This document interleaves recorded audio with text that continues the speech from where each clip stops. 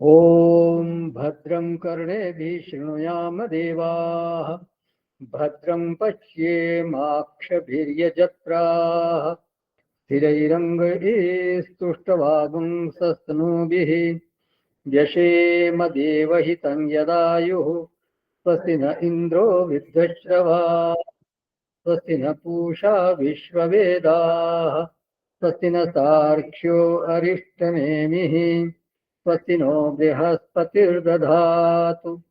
ॐ शान्ति शान्ति शान्तिः। सदाशिवसमारम्भां शङ्कराचार्यमध्यमाम् अस्मदाचार्यपर्यन्तां वन्दे गुरुपरम्पराम्। शङ्करं शङ्कराचार्यं केशवं बादरायणं सूत्रभाष्यकृतौ वन्दे भगवन्तो पुनः पुनः भगवन्तो पुनः पुनः। ॐ पार्थाय प्रतिबोधितां भगवता नारायणेन स्वयं व्यासेन ग्रथितां पुराणमुनिना मध्ये महाभारतम् अद्वैतामृतवर्षिणीं भगवतीम् अष्टादशाध्यायिनीम् अम्ब त्वामनुसन्दधामि भगवद्गीते भवद्वेषिणीम्। नमोऽस्तु ते व्यासविशालबुद्धे उल्लारविन्दायकपत्रनेत्र येन त्वया भारततैलपूर्णः प्रज्वालितो ज्ञानमयप्रदीपः प्रपन्नपारिजाताय स्तोत्रवैत्रैकपाणये ज्ञानमुद्राय कृष्णाय गीतामृतदुहे नमः। सर्वोपनिषदो गावो दोग्धा गोपालनन्दनः पार्थो वत्सः सुधीर्भोक्ता दुग्धं गीतामृतं महत्। वसुदेवसुतं देवं कंसचाणूरमर्दनं देवकी परमानन्दं कृष्णं वन्दे जगद्गुरुं कृष्णं वन्दे जगद्गुरुं कृष्णं वन्दे जगद्गुरुं। डॉक्टर सक्सेना साहब कीर्तन कर दीजिए सभी जरा। को हरिओम। हरिओम। जय राधा माधव जय कुंज बिहारी जय राधा माधव जय कुंज बिहारी। हरे कृष्णा कृष्ण कृष्ण हरे हरे हरे राम राम राम हरे हरे। हरे कृष्णा कृष्ण कृष्ण हरे हरे हरे राम राम राम हरे हरे। यशोदानंदन ब्रज जन रंजन यशोदानंदन ब्रज जन रंजन यशोदानंदन ब्रज जन रंजन यशोदानंदन ब्रज जन रंजन यमुना तीर वनचारी। जय राधा माधव जय कुंज बिहारी। ओ जय राधा माधव जय कुंज बिहारी। हरे कृष्णा कृष्णा कृष्णा हरे हरे, ओ हरे राम राम राम हरे हरे। हरि ओम तत्सत। थैंक यू डॉक्टर साहब। तो गुण की दृष्टि से अभी तक 6 विषयों का विवेचन हुआ है, 6 विषयों पर मीमांसा हुई है। ज्ञान, कर्म, कर्ता, बुद्धि और धृति, और त्याग को भी जोड़े। त्याग शुरू में त्याग भी आया था, तो 6 विषय हो गए। त्याग को भी जोड़ेंगे तो 6 विषय। तो इनमें जो कर्म है वो क्रिया रूप है, और कर्ता उसको संपादित करने वाले कारक हैं। फिर जो ज्ञान है वो बुद्धि में बनी हुई निष्पत्ति है, बुद्धि में बनी हुई मान्यता है, बुद्धि में बनी हुई समझ है। देखिए, ज्ञान शब्द के अंतर्गत ब्रह्म शब्द को भी ले लेना चाहिए। क्यों? क्योंकि जब तक यथार्थ ज्ञान नहीं होता, ब्रह्म भी ज्ञान रूप ही भासता है। जो यथार्थ ज्ञान है वो तो सात्विक है। सर्वभूतेषु एनैकं भावमव्ययमीक्षते अविभक्तम विभक्तेषु तज्ज्ञानम विद्धि सात्विकम। वो विभक्त में अविभक्त को देख लेता है, तो वो सात्विक ज्ञान है। वास्तविक ज्ञान वही है। लेकिन बाकी जो ज्ञान है, राजसिक ज्ञान है अथवा तामसिक ज्ञान है, वो अयथार्थ ज्ञान है। लेकिन उनको भी ज्ञान बोलना पड़ेगा। क्यों? क्योंकि बुद्धि में वही निष्पत्ति बनी हुई है, और निष्पत्ति जो है वो यहाँ ज्ञान वाच्य है। यहाँ ज्ञान से अभिप्राय यथार्थ प्रमा नहीं, वास्तविक प्रमा नहीं, बल्कि ज्ञान शब्द का अर्थ है बुद्धि में जो निष्पत्ति बनी हुई है, तो चाहे वो ब्रह्म ही। आपका वीडियो ऑन हो रहा है, ऑडियो ऑफ कर दीजिए, म्यूट कीजिए इसको। हाँ, तो यथार्थ प्रमा नहीं, बल्कि जो यथार्थ प्रमा को भी हमें ज्ञान बोलना पड़ेगा। अब जैसे तामस ज्ञान है, तो एकस्मिन कार्य किस्मत सक्तम, एक कार्य रूप शरीर में ही संपूर्ण के जैसे वो आसक्त है, यही सब कुछ है। तो उस ज्ञान की दृढ़ता का हेतु क्या है? बोले आग्रह अथवा हठ। प्रमाण नहीं है, बल्कि उसका आग्रह है कि मैं तो ऐसा ही मानूंगा। बोलो क्या कर लोगे? चाहे तर्क के सामने वो न टिक पाए, चाहे वो शास्त्र के सामने न टिक पाए, लेकिन व्यक्ति उसी ज्ञान को धारण किए रहता है। क्या है उसके पीछे? आग्रह। देखिए, है तो वो अयथार्थ ज्ञान, लेकिन उसको ज्ञान बोलना पड़ेगा, क्योंकि जो भी उसके पास है वो अभी वही है। उसी निष्पत्ति के आधार पर वो अपना जीवन चलाता है। तो इस प्रसंग में उसे ज्ञान बोलना पड़ेगा। उसी निष्पत्ति के आधार पर वो अपना सारे कार्य कर रहा है। तो लेकिन ध्यान रखें, केवल इसी प्रसंग में वो ज्ञान कहा जाएगा। यहाँ जो ज्ञान का प्रकरण है, उसी जहाँ जहाँ सात्विक ज्ञान, राजसिक ज्ञान और तामसिक ज्ञान, उसी में उस प्रसंग में ये ज्ञान है। बाकी जगह ये बात लागू नहीं होगी। तो निष्पत्तियों को यह ज्ञान कहा गया। जो मान्यता बनी, अब वो चाहे जैसे भी बनी, सुन सुना के बनी, विचार करके बनी, पढ़ के बनी, श्रवण मनन निधि ध्यासन से बनी, अथवा अनजाने में बन गई। कई बार क्या होता है, हमारी मान्यताएं बन जाती है जिनका स्रोत ही हमें पता नहीं होता। कभी शायद बचपन में कोई चीज हमने सुनी और वो मान्यता बन गई, तो वो है निष्पत्ति। बुद्धि का ही वो व्यापार विशेष है। बुद्धि नाम का जो करण है हमारे पास, जिसे हम अंतःकरण कहते हैं। करण माने जो क्रिया का या भोग का साधन है, और वो भीतर है, इसलिए उसको कहा गया अंतः, और साधन होने से उसको कहा गया करण। करण माने साधन।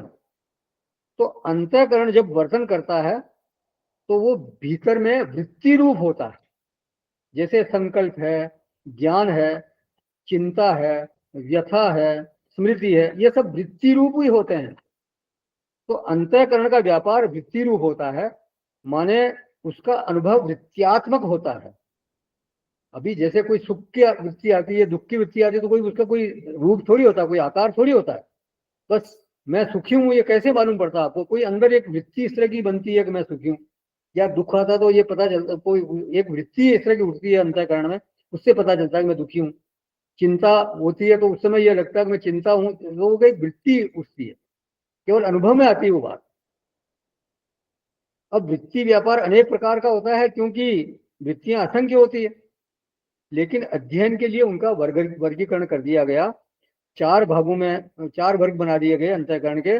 मन, बुद्धि, चित्त, अहंकार। पहले भी इस पर चर्चा हुई है। मन मतलब संकल्प विकल्पात्मक मन, निश्चयात्मक बुद्धि, स्मृत्यात्मक चित्त, और अहम कर्ता अहंकार है। तो अब यहाँ ज्ञान जो है अंतःकरण का एक व्यापार है। फिर अंतःकरण का दूसरा एक व्यापार है धृति, या उसको अंतःकरण की सामर्थ्य भी कह सकते हैं। और एक है बुद्धि, माने अंतःकरण स्वयं। अंतःकरण जो है व्यापार नहीं है, वो बुद्धि स्वयं है। देखिए पहले भी चर्चा हुई, बुद्धि जो है वो करण है, और ज्ञान उस करण में प्रकट होने वाली एक वृत्ति है। अंतःकरण का एक व्यापार विशेष है। अच्छा, इन 6 विषयों की जो मीमांसा हुई है, उसमें एक चीज बिल्कुल स्पष्ट होकर सामने आती है, और वो है त्रिगुण। इन 6 विषयों के अलग अलग जो प्रकार हैं, 3 प्रकार हमने देखे थे, सात्विक, राजसिक और तामसिक। तो उनका हेतु जो है वो ये गुण ही है। अब अगर कोई रजोगुणी था और आज वो सत्वगुणी हो गया, तो उसका फिर ज्ञान बदल जाएगा, उसका कर्म बदल जाएगा, और कर्ता तो बदल ही गया, क्योंकि वो रजोगुणी से सत्वगुणी हो गया। उसके कर्म, फिर कर्म में उसके क्या होगा? नियतत्व होगा, वो मुक्त संग होगा, अफल प्रेप्सुना होगा, राग द्वेष रहित होगा। तो वो सात्विक कर्ता फिर कहा जाएगा। तो गुण यदि बदलता है तो ज्ञान बदलता है, कर्म बदलता है, और कर्ता भी बदलता है। यहाँ तक कि उसकी जो बुद्धि है वो भी, उसकी सामर्थ्य भी बदल जाती है। माने तब उस साधक को प्रवृत्ति निवृत्ति, कार्य अकार्य, भय अभय, बंधम मोक्षम, जो सात्विक बुद्धि के कार्य बताए थे ये, तो ये इन 8 चीजों को समझने की सामर्थ्य उस बुद्धि में पैदा हो जाती है। इसलिए भगवान ने आदेश दिया अर्जुन को दूसरे अध्याय में, नित्य सत्वस्तो भव। वहां बोला था, तो उसका अब महत्व यहाँ समझ में आ रहा है कि क्यों भगवान ने वहां बोला नित्य सत्वस्तो भव। तो पिछले सत्र में सात्विक धृति पर हम चर्चा कर रहे थे। तो जैसे ज्ञान एक वृत्ति विशेष है, एक व्यापार विशेष है, उसी तरह से धृति भी अंतःकरण की एक वृत्ति विशेष है। कैसी वृत्ति है? ये धारण करने वाली सामर्थ्य है। धारण करना उसका स्वभाव है। जैसे बुद्धि जाने बिना नहीं रह सकती, क्योंकि उसका बुद्धि का स्वभाव है जानना। वो जानेगी ही जानेगी, चाहे कुछ भी जाने वो, चाहे वो तामसिक ज्ञान को जाने, राजसिक ज्ञान को जाने, सात्विक ज्ञान को जाने, जानेगी जरूर। वो यथावत जाने, या अधर्म को धर्म समझ ले, बिल्कुल विपरीत समझ ले, लेकिन जानेगी जरूर। उसी तरह से जो धृति है वो एक सामर्थ्य विशेष है, जो धारण जरूर करेगी। और धृति रहित कोई भी आदमी हो नहीं सकता। हर व्यक्ति में धृति है ही है, चाहे वो तामसिक धृति ही हो, लेकिन धृति होगी जरूर। तो हर व्यक्ति में धृति नाम की वृत्ति होगी ही होगी। अब हमारे पास विकल्प क्या है? विकल्प केवल यह है कि धारण करने वाली चीज क्या हो, बस। वो हमारे ऊपर डिपेंड कर सकता है कि हम किस चीज को धारण करें। कभी अंतःकरण की ऐसी सामर्थ्य दिखाई देती है कि किसी की कोई कटु बात भी असर नहीं करती। हो सकता है कि उससे थोड़ी देर के लिए उद्वेग हो, थोड़ा बुरा भी लगे, लेकिन फिर शीघ्र ही वो बात विस्मृत हो जाती है। वो अंतःकरण से मानो कि झड़ जाती है। कोई प्रतिकूल घटना घटी, वो झड़ जाती है। और वही अंतःकरण हमारा है, लेकिन हमारा मूड अलग हो, उस समय कोई अवमानना हो जाए, कोई अपमान हो जाए, तो वो बात हो सकता है हमारे भीतर चुभ जाए। फिर वो अंतःकरण से जल्दी निकलती नहीं है, पड़ी रहती है भीतर में, और प्रेरित करती रहती है कि इसका प्रतिकार करो, इसका किसी तरह से इसका बदला लो। न विमुंचति, ये तामसी धृति जब आएगा तब अपन चर्चा करेंगे इसकी। तो ध्रुव जी का एक उदाहरण दिया जाता है शास्त्रों में। ध्रुव जी, भागवत जी में आता है प्रसंग। तो ध्रुव जी ने नारद जी के कहने पर अपमान को छोड़ना चाहा। फिर नारद जी ने कहा कि तुम अभी बच्चे हो, तुम क्या मान और क्या अपमान, छोड़ दो इसको। तो ध्रुव जी ने कहा आप जो कह रहे हो बिल्कुल ठीक है, लेकिन मेरा स्वभाव क्षत्रिय का है और घोर स्वभाव है मेरा। तो वो मैं इस बात को छोड़ना चाहता हूँ, इस अपमान को मैं छोड़ना चाहता हूँ, मेरे अंतःकरण से इसको हटाना चाहता हूँ, लेकिन ये छूटता नहीं है। अब ये नहीं है कि वो जो करता है वो नहीं चाह रहा है, लेकिन उसका अंतःकरण ऐसा है जो उस चीज को चुंबक की तरह पकड़ लेता है, वो उसको छोड़ता नहीं है। अब मानो ऐसा अंतःकरण हमारे पास हो, तो भले ही हमारी इच्छा हो कि मान अपमान दुख आदि हमारे ऊपर असर न करें, हम छोड़ दें उनको, लेकिन हम मजबूर हो जाते हैं, लाचार हो जाते हैं। क्यों? क्योंकि हमारा जो अंतःकरण है वो उन चीजों को छोड़ने में असमर्थ महसूस करता है। वो अंतःकरण की बनावट ही ऐसी है कि हम छोड़ नहीं पाते। बहुत से लोग ऐसे होते हैं, वो चाहते हैं। दुर्योधन ने कहा ना, जानाति धर्मम न च में प्रवृत्ति, जानाति अधर्मम न च में निवृत्ति। मैं धर्म को जानता हूँ लेकिन उसमें मेरी प्रवृत्ति नहीं हो पाती, और मैं अधर्म को भी जानता हूँ लेकिन उससे मैं निवृत्ति नहीं हो पाता। अंतःकरण ही ऐसा है उसका। तो वो अंतःकरण के ऊपर डिपेंड करता है, अंतःकरण पर निर्भर करता है कि व्यक्ति किस तरह की धृति वाला है। फिर एक कर्ता के पास ऐसा अंतःकरण है जो उसको असंयम से बचाता है, माने वो संयम धारण करता है। उसके साथ कभी मान अपमान वाली अगर स्थिति आती भी है तो वो उसके चित्त में बहुत देर तक रह नहीं पाती। उसकी धारणा शक्ति बिल्कुल अद्भुत है, माने उसका अंतःकरण बिल्कुल दिव्य अंतःकरण है। वो देखता है, अरे शोक आया, कोई बात नहीं, चला गया, चुटकी बजाते ही वो शोक निवृत्त हो जाता है। कोई विषाद आया, कोई भय आया, शीघ्र ही उड़ गया। कोई कामना आई, अंतःकरण उसको धारण ही नहीं करता, स्वभाव ही ऐसा हो गया उसका। तो ये है सात्विकी धृति। अंतःकरण उसको बिल्कुल एकदम ऐसा बना दिया, उसका अंतःकरण ऐसा है कि वो एकदम संयम में रहता है। कोई जो नेगेटिविटी वाली चीज है वो उसको ठहरने ही नहीं देता, अपने भीतर रहने ही नहीं देता।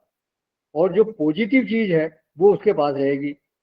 वो किसको धारण करता है? उसकी जो धृति है वो किसको धारण करती है? क्रिया धारयते, मनः प्राणः इंद्रिय क्रिया धारयते। अगर ऐसा अंतःकरण किसी के पास हो तो वो मानो कि वो योगी ही है। उसने बहुत कमाई की होगी, कई जन्मों में उसने कमाई की, तब जाके उसका ऐसा अंतःकरण बनाया है। देखिए, करता तो वही रहता है पर अंतःकरण भी वही रहता है। हमारा जब शरीर छूटता है तो वास्तव में जो गमनागमन होता है वो हमारे सूक्ष्म शरीर का ही होता है, तो अंतःकरण ही जाता है वो उसके साथ में। तो अनादिकाल से वही अंतःकरण चला रहा है, लेकिन पूर्व पूर्व की साधना से के द्वारा कोई उसको कैसा बना ले, बस ये उस पर डिपेंड करता है। कोई साधना से उसका परिष्कार कर सकता है, तो कोई ऐसा योगी है जिसने अनेक जन्म तक साधना कर करके अपने अंतःकरण को इस तरह से बना लिया है कि वो सात्विक अंतःकरण हो गया, वो सात्विक धृति वाला अंतःकरण हो गया। अब हमारे पास किस तरह का अंतःकरण है? हम चाहें कि इस प्रकार का हो जाए, बिल्कुल सात्विक हो जाए, तो उसमें हमारी स्वतंत्रता दिखाई नहीं देती। धारणा करने या छोड़ने में कर्ता की वास्तव में स्वतंत्रता है नहीं। वो तो अंतःकरण का जो स्वभाव बना हुआ है, जो इस समय स्वभाव उसका बना हुआ है, वो वही काम करता है। वो स्वभाव इस समय नहीं बदल सकता। हाँ, धीरे धीरे बदल सकता है। अभी मतलब अभी आप साधना करते हो, धीरे धीरे उसमें परिवर्तन तो आ सकता है, लेकिन आप चाहो कि एक दिन में मतलब वन नाइट में हो जाए तो वो संभव नहीं है। जैसे आप फिएट गाड़ी में बैठकर मर्सिडीज गाड़ी के साथ तुलना, वो कंपटीशन करना चाहो तो आप नहीं कर सकते, चाहे आप बहुत ही अच्छे ड्राइवर हो। करता क्या है वो ड्राइवर भी भाई, करता एक की जगह क्या है? ड्राइवर। लेकिन जिस चीज को वो ड्राइवर कर रहा है वो चीज अगर कमजोर है तो वो क्या कर सकता है? उसके हाथ में कुछ नहीं है, वो उसे सही ढंग से नहीं चला पाएगा। तो अंतःकरण मानो कि एक गाड़ी है, एक व्हीकल है, और हम उसके संचालक हैं, कर्ता हैं, ड्राइवर हैं। अब हमारी हजार एफिशिएंसी हो, हमारी हमारे में दक्षता हो, पूरी दक्षता हो उस काम के लिए, या क्षमता हो, उसके बावजूद उस करण का जब तक सुधार नहीं हो जाता तब तक वो बात बनती नहीं है। तो ये बात हमारे को समझना चाहिए। तो उसका सुधार कैसे होगा? अंतःकरण का सुधार कैसे होगा? बोले गुणों में सुधार होगा तब उनका सुधार होगा। तो सबसे बोल्ड लेटर में ये बात सामने आती है कि गुणों में सुधार होना चाहिए। इसलिए आहार शुद्धौ सत्व शुद्धि, ये बोला है शास्त्रों में, और पहले भी इस बारे में बहुत चर्चा हो चुकी है। तो हमारा प्रयत्न ये होना चाहिए कि हमारा अंतःकरण शुद्ध से शुद्ध होता जाए, निर्मल होता जाए। सत्व गुण का जितना संवर्धन हो सके उतना हमें करना चाहिए। उसके लिए हमारे को आहार पे ध्यान देना चाहिए, आहार शुद्धि होनी चाहिए, हमारे संग की शुद्धि होनी चाहिए, हाँ, हमारे विचारों में शुद्धि होनी चाहिए, सत्संग होना चाहिए, ध्यान, जप, पूजा, ये इस तरह की जो साधना है ये हमारे को नित्य करनी चाहिए। तो सात्विक धृति कैसी है? श्रीमद् भागवत में अवधूत दत्तात्रेय बोलते हैं कि मेरा एक गुरु है वायु। वायु से मैंने क्या सीखा? बोले वायु फूलों के बगीचे से गुजरती है और गंदे नाले से भी गुजरती है। उसमें फूलों से गुजरती है तो सुगंध उसमें आ जाती है, और गंदे नाले से गुजरती है तो दुर्गंध उसमें आ जाती है। लेकिन वो जो गंध है वो उसमें रहती नहीं। थोड़ी देर में पता चला कि वायु निर्गंधा हो गई। थोड़ी देर गंध जरूर रहती है, लेकिन थोड़ी देर बाद वो निर्गंधा हो जाती है। तो ये है सात्विक धृति। वो बाहर की चीजों को थोड़ी देर धारण कर सकती है, लेकिन फिर वो छोड़ देती है। जिन चीजों को छोड़ना है उनको छोड़ के रहती है, वो फिर वो पकड़ती नहीं। देखिए वायु जो है वो आकाश की तरह असंग नहीं है। आकाश में तो कभी भी गंध का लेप हो ही नहीं सकता। वो तो मानो कि आत्म तत्व की तरह बिल्कुल निर्लिप्त है। लेकिन जो अंतःकरण है वो वायु की तरह है, वो वायुवत है। उसमें संग होगा, लेकिन कितनी देर तक संग होगा, बस ये देखने वाली बात है। संग हुआ लेकिन थोड़ी देर बाद वो हट गया। यदि ऐसा अंतःकरण है किसी का, इसका मतलब वो सात्विक अंतःकरण है, मतलब उसकी दृष्टि जो है वो सात्विक है। और यदि न विमुंचति, उसके अंतःकरण से वो चीजें हटती नहीं, वो हटाना चाहता है फिर भी नहीं हटती है, जो नेगेटिविटीज है, हाँ, राग द्वेष है या काम क्रोध आदि है, ईर्ष्या है, हाँ, किसी के प्रति कोई गलत भाव है, इस तरह की कोई बातें अगर हटाना चाहते हैं नहीं हटती, इसका मतलब फिर वो तामसिक धृति है।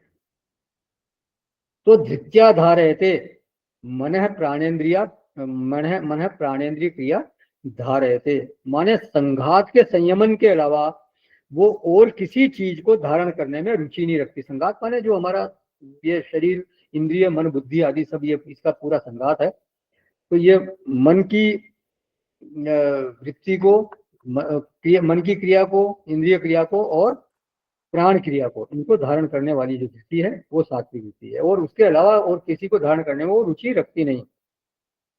आगे के श्लोकों के आधार पर हम ये बोल सकते हैं कि वो धर्म, काम, अर्थ, स्वप्न, भय, शोक, विषाद, मद, इनको भी धारण नहीं करती। धारे तो हमने देखा कि क्या वो धारण करती है, मन प्राणेन्द्रिय क्रिया वो धारण करती है। लेकिन हमें यह भी जानना चाहिए कि वो क्या क्या धारण नहीं करती। वो जानना भी बहुत महत्वपूर्ण है, नहीं तो पता चला कि वो कई गलत चीजों को भी धारण किए बैठी है। तो धृत्यायया धारयते मनः प्राणेन्द्रिय क्रिया योगेन अव्यभिचारिण्या। वो धृति कैसी है? अव्यभिचारिणी धृति है। ये अव्यभिचार उसमें आया कहां से? अव्यभिचार मतलब जिसमें किसी प्रकार का कोई परिवर्तन नहीं होता। तो ये अव्यभिचार कैसे आया? हम अपने अंतःकरण को देखते हैं तो जो हमारी धृति है वो प्रायः व्यभिचारी नजर आती है हमारे को। व्यभिचारी माने कोई प्रसंग आता है तो वो धारण कर लेती है, प्रसंग नहीं आया तो धारण नहीं करती।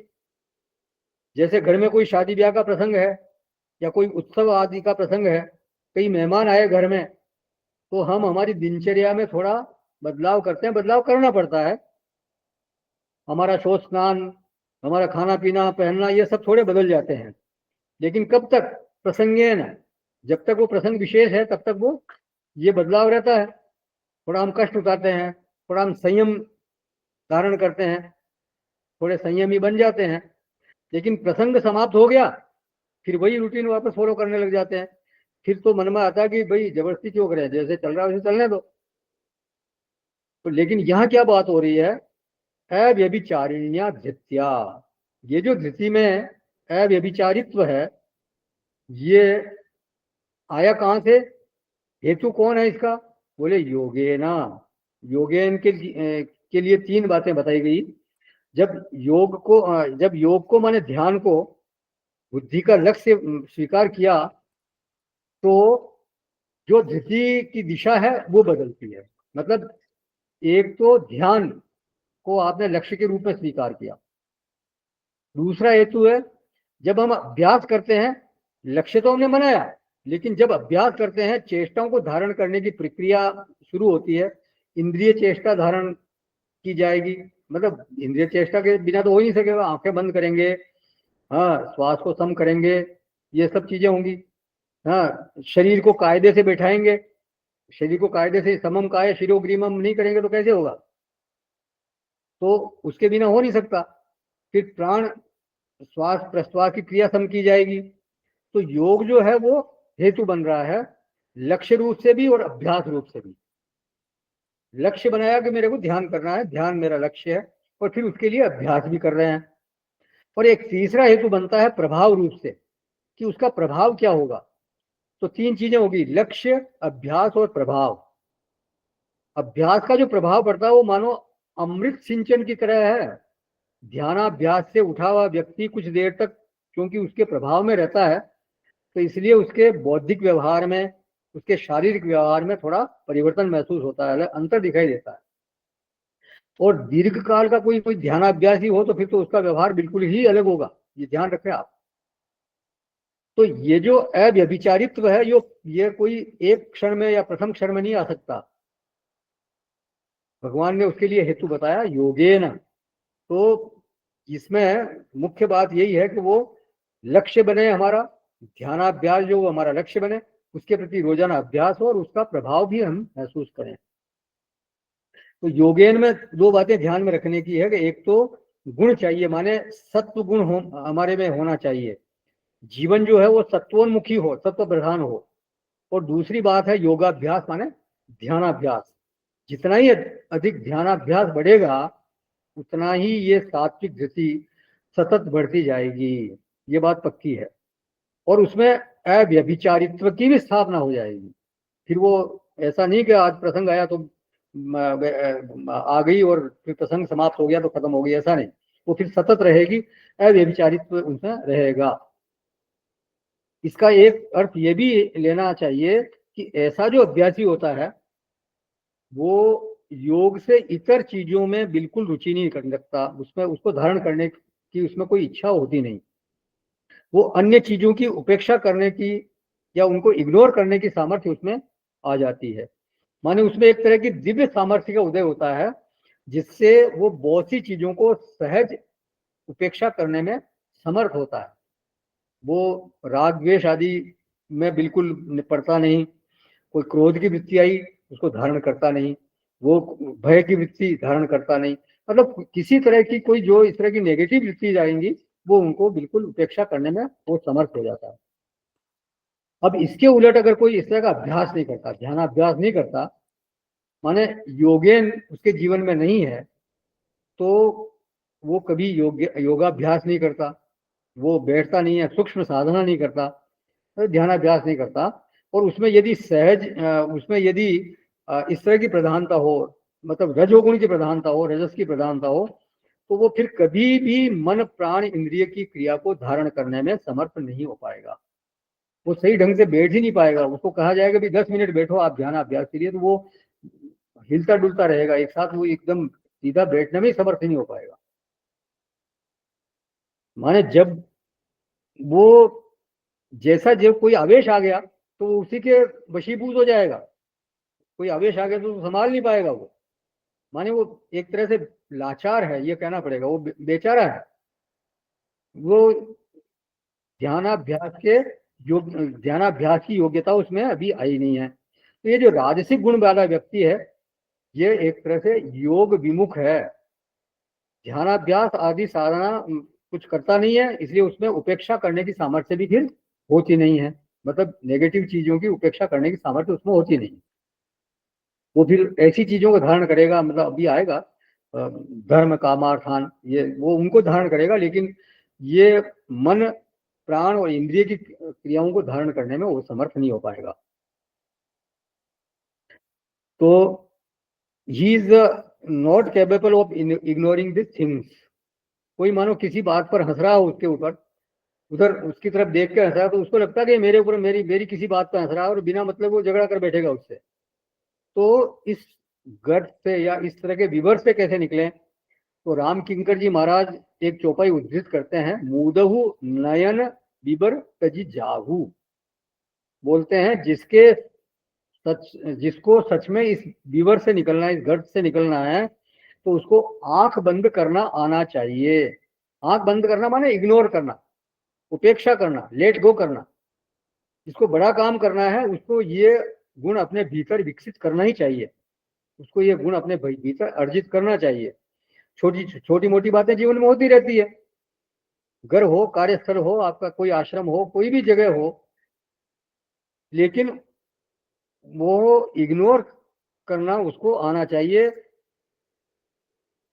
और इग्नोर करके अपने लक्ष्य की तरफ व्यक्ति को बढ़ते रहना चाहिए।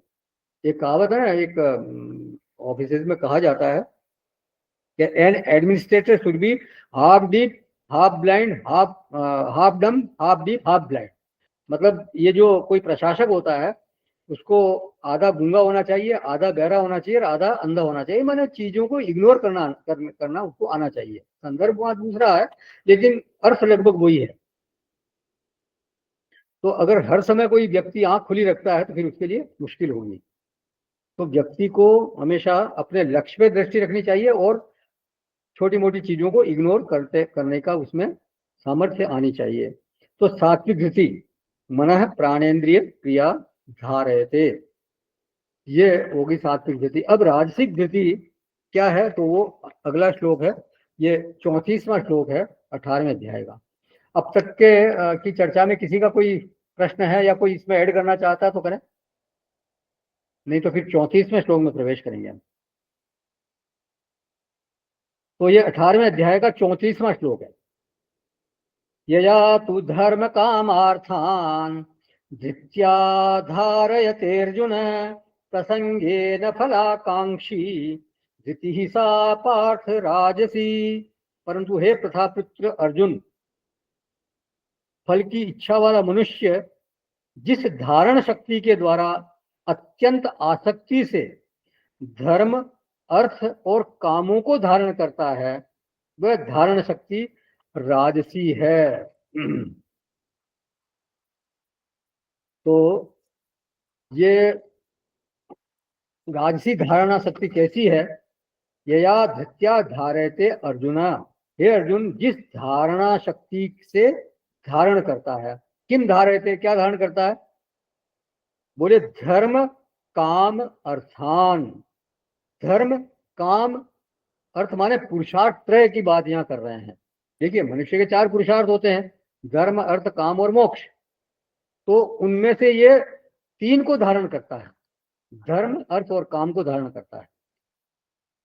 ध्यान रखें, राजसिक जो धृति है या तामसिक धृति है, वो उनका कर्ता का नाम लिया भगवान ने यहाँ पे, लेकिन सात्विक धृति वाले कर्ता का नाम नहीं लिया। राजसिक धृति वाले कर्ता का नाम क्या रखा उन्होंने? फलाकांक्षी। और तामसिक धृति वाले का नाम रखा दुर्मेधा। लेकिन सात्विक धृति वाले कर्ता का नाम बिल्कुल नहीं रखा, वहां केवल धृति का वर्णन किया है। तो ये राजसी धृति वाला कैसा है? बोले ये धर्म अर्थ काम को धारण करता है और इसका नाम है फलाकांक्षी। माने ये अफलाकांक्षी कभी नहीं हो सकता, हमेशा इसको फल की आकांक्षा बनी रहती है। अच्छा, कथम धारयति, धारण कैसे करता है? बोले नित्य कर्तव्य रूपान धारयते, बोले ये धर्म को अपना कर्तव्य मानकर धारण करता है, अर्थ को अपना कर्तव्य मानता है, काम को अपना कर्तव्य मानता है। भाष्यकार लिखते हैं, धारयते मनसी नित्य कर्तव्य रूपान अवधारयते। बोले धर्म अर्थ काम को मन में अवश्य कर्तव्य रूप से ये निश्चय करता है कि ये मेरे को करना ही करना है। तो उसकी बुद्धि ऐसी है कि वो धर्म को कर्तव्य मानता है, अर्थ को कर्तव्य मानता है, और काम को भी अर्थात भोग को भी कर्तव्य मानता है। धर्म इसलिए कि भाई मनुष्य देह धारण किया है तो परलोक भी सुधरना चाहिए, कभी कभी दान पुण्य करना चाहिए, साधु संत की सेवा भी करनी चाहिए, कभी कभी कोई धार्मिक आयोजन करना चाहिए, यज्ञ आदि का आयोजन करना चाहिए, कभी मंदिर गौशाला धर्मशाला आदि में कोई दान पुण्य करना चाहिए, चंदा देना चाहिए।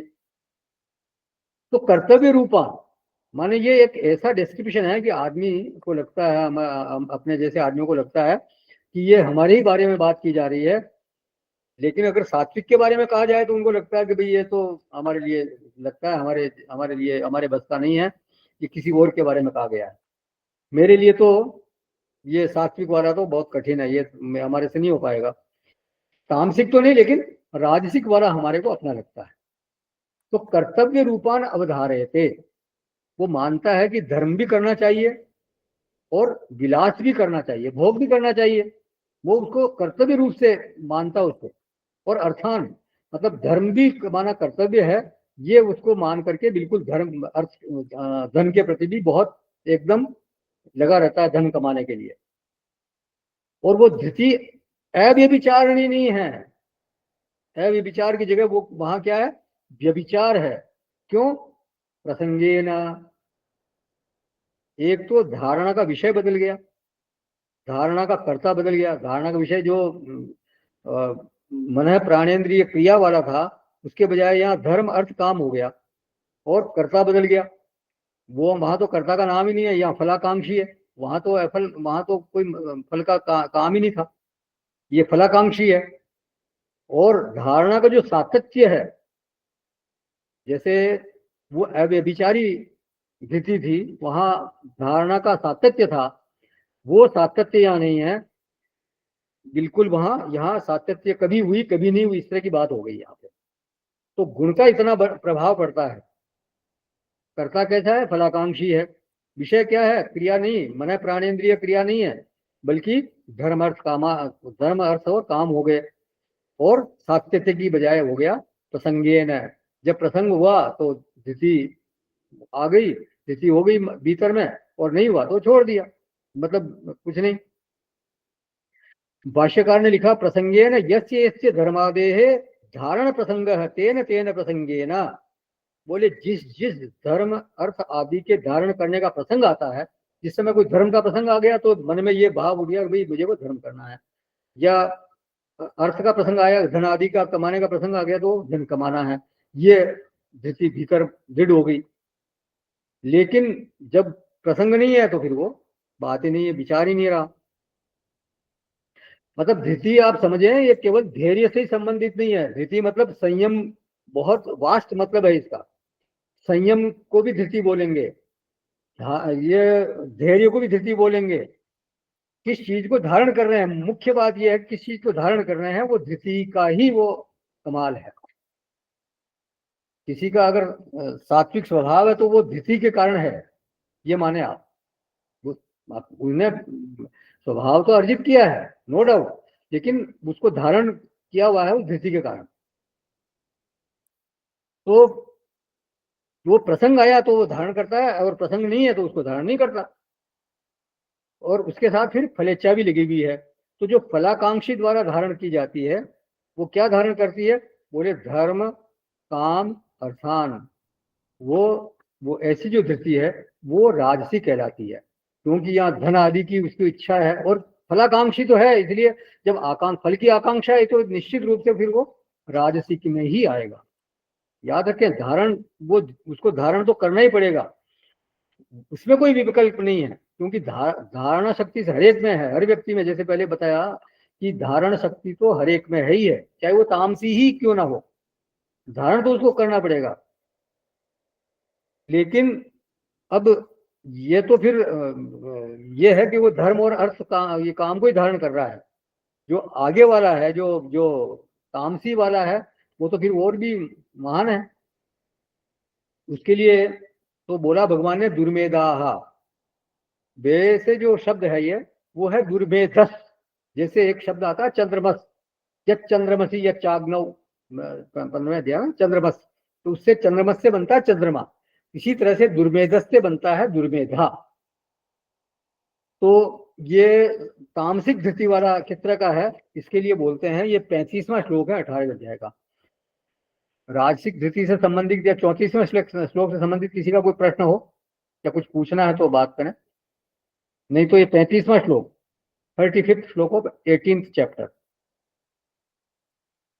यया स्वप्नं भयं शोकं विषादं मदमेव च न विमुञ्चति दुर्मेधाः धृतिः सा पार्थ तामसी। हे पार्थ, दुष्ट बुद्धि वाला मनुष्य जिस धारण शक्ति के द्वारा निद्रा, भय, चिंता और दुख को तथा उन्मत्तता को भी नहीं छोड़ता, अर्थात धारण किए रहता है, वह धारण शक्ति तामसी है।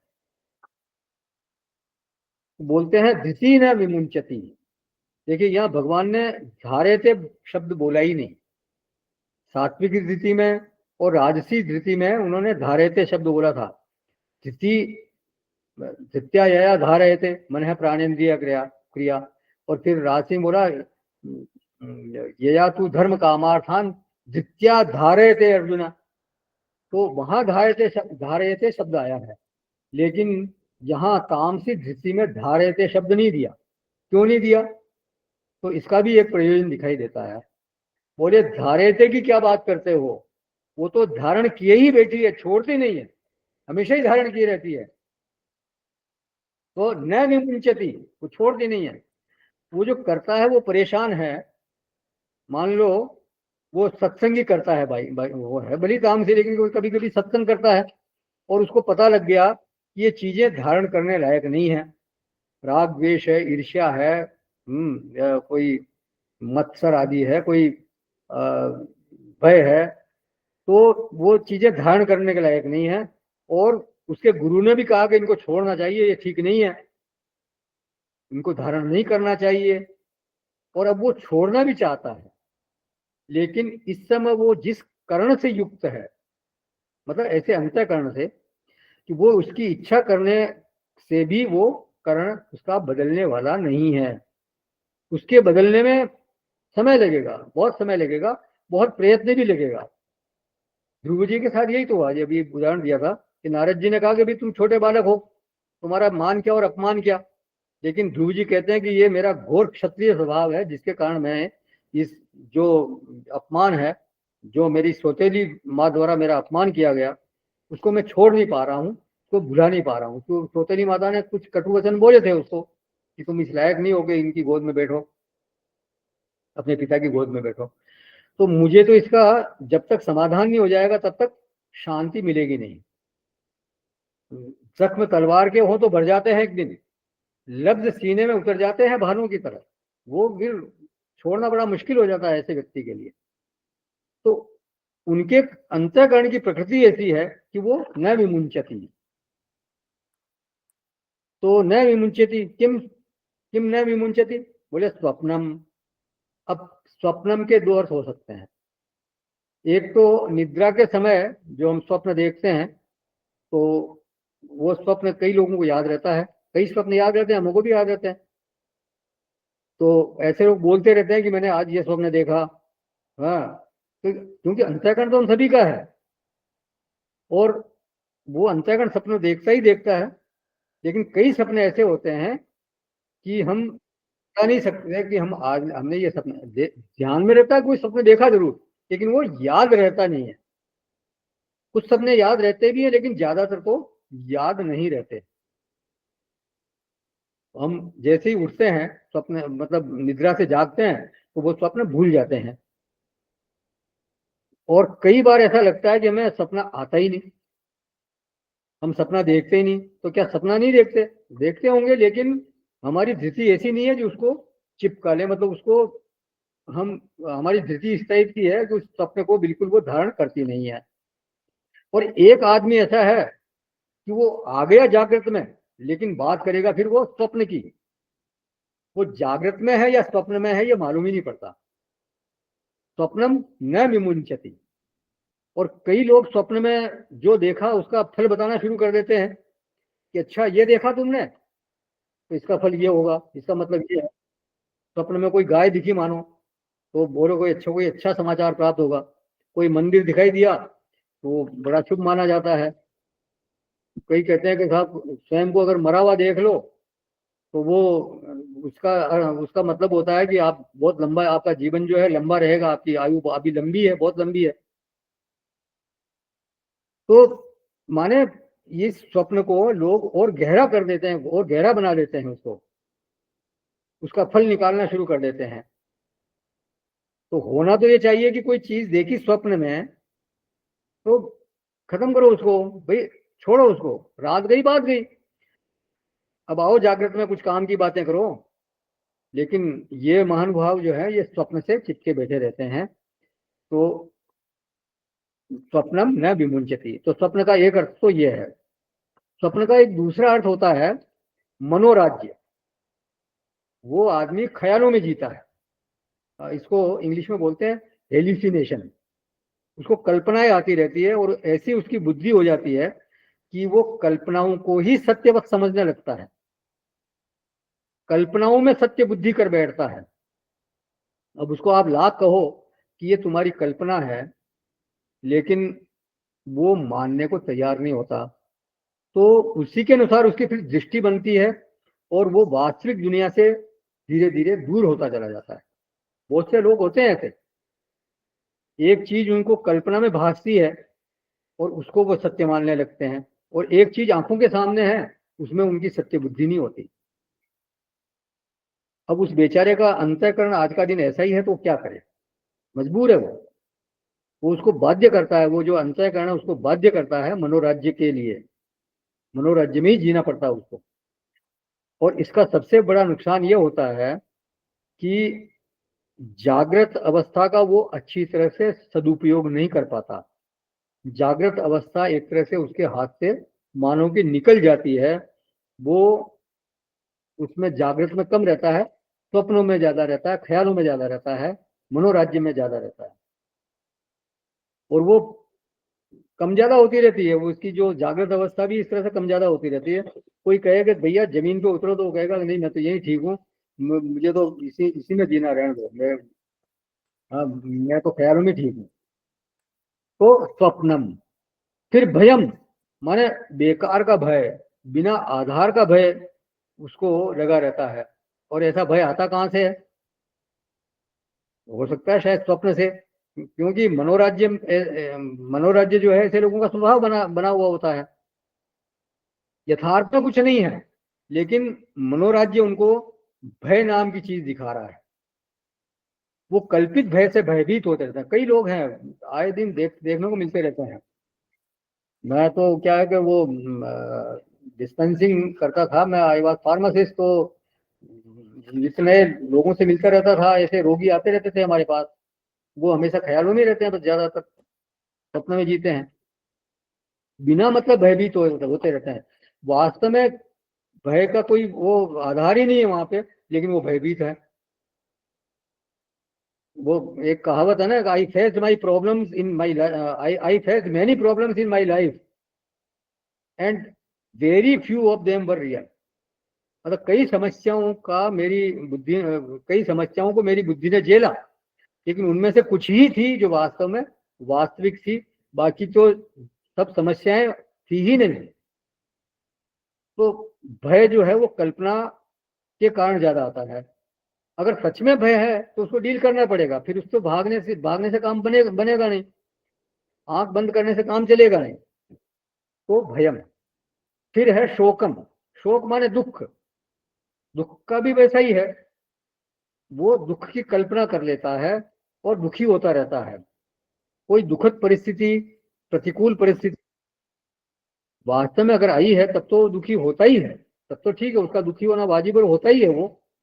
कई बार बिना प्रतिकूल परिस्थिति के भी वो दुखी होता रहता है, केवल कल्पना की वजह से। मानो कि दुखी होना जो है उसके स्वभाव में ही आ गया है। इससे बढ़कर दोस्त कोई दूसरा होता नहीं। सब जुदा हो जाए लेकिन गम जुदा होता नहीं, बस वो हमेशा ऐसे दुख में रहता है। तो शोकम। फिर विषादम। विषादम का भाष्यकार ने अर्थ किया अवसादम विषण्णताम, माने उसका चित्त खिन्न सा बना रहता है।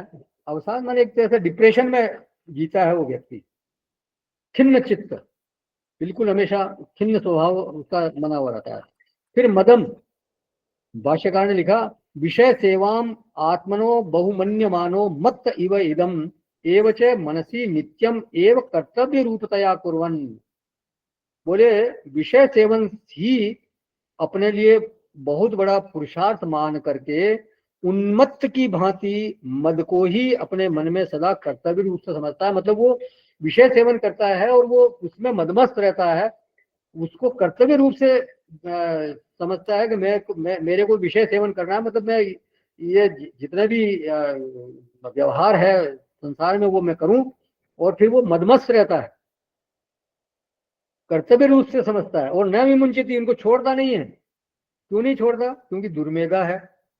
भाष्यकार ने अर्थ किया दुर्मेधा का कुत्सित मेधा, दुष्ट बुद्धि है, वो कुत्सित बुद्धि वाला है, इसलिए वो छोड़ नहीं पाता।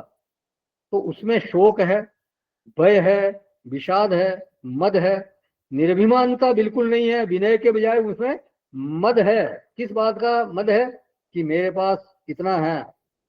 कहा ना भगवान ने 16वें अध्याय में, आड्यो भी जनमान अस्मी को न्योस्ति सदृशो मया, मैं धनवान हूँ, मेरे जैसा और कौन है, मैं जनवान हूँ, मेरे इतने लोग, मेरे परिवार में इतने लोग हैं, मेरे इतने जान पहचान वाले, मेरे बड़े बड़े नेताओं से मेरी जान पहचान है, मंत्री से मेरी जान पहचान है। तो ये इस तरह की वो वृत्ति उसके भीतर रहती है और इस वृत्ति को छोड़ नहीं पाता। तो मद किस बात पर आश्रित हो रहा है उसका? विषय सेवाम आत्मनो बहुमन्यमानः, विषय सेवन के कारण अपने को बहुत बड़ा मान करके उन्मत्त की तरह झूमता है। उसकी वाणी में, उसकी चाल में एक तरह की अकड़ होती है, एक तरह व्यवहार में एक तरह की अकड़ होती है। अपने सामने दूसरों को वो बिल्कुल तुच्छ समझता है। मेरा देह, मेरा गेह, मेरा परिवार सब, मेरा धन माल में तो बहुविधि भारा हूं, बहुत बड़ा आदमी हूं, मेरे सब सेवक हुकुम को उतारे नहीं, मेरी युवती का मैं तो अधिक प्यारा हूं, मेरा वंश ऊंचा, मेरे बाप दादा ऐसे भय, करत बड़ाई मैं तो जगत उजारा हूं, सुंदर कहत मेरा मेरा कर जाने शठ, ऐसा नहीं जाने मैं तो काल ही का चारा हूं। तो वो तो अभिमान में मदमस्त रहता है। तो मत्त युव, जैसे हाथी मदमस्त होकर झूमता है, वैसे ही ये भी मद के नशे में चूर रहता है, झूमता है। तो ये 5 चीजें छोड़ने में जो तामसिक धृति वाला व्यक्ति है वो असमर्थ होता है। कौन कौन सी 5 चीजें हैं? स्वप्नम, भयम, शोकम, विषादम, मदम। तो जो जो धृति ये 5 चीजें छोड़ने में असमर्थ है उसको बोलते हैं तामसी धृति। तो अर्जुन, पुरुष की ये धृति जिसके कारण वो इन 5 चीजों को नहीं छोड़ पाता, वो धृति तामसी कहलाती है।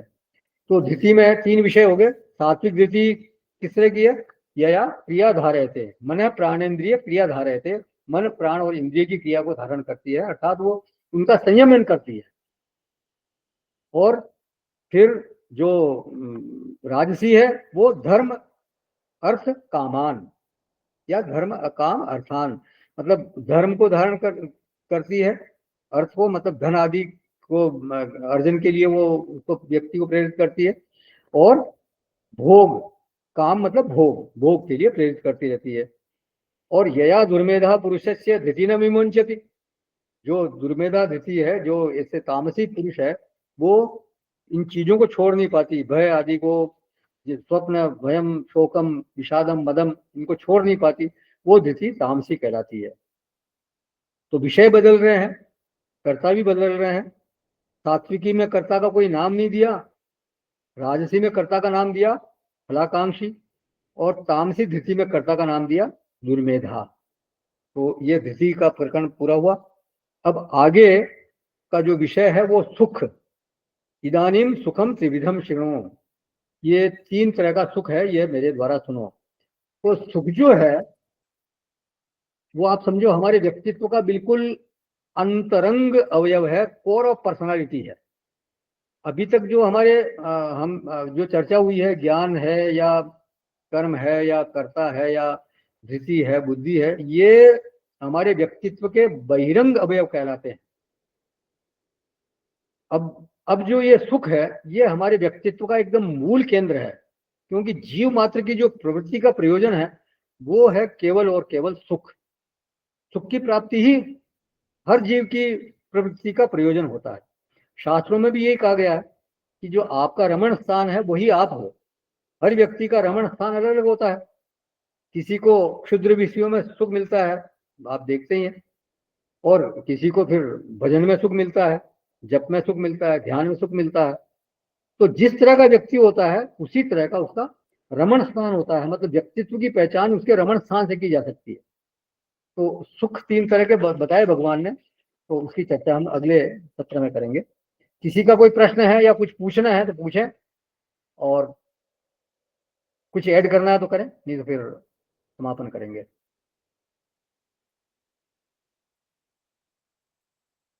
जाइएगा नहीं सब कहीं।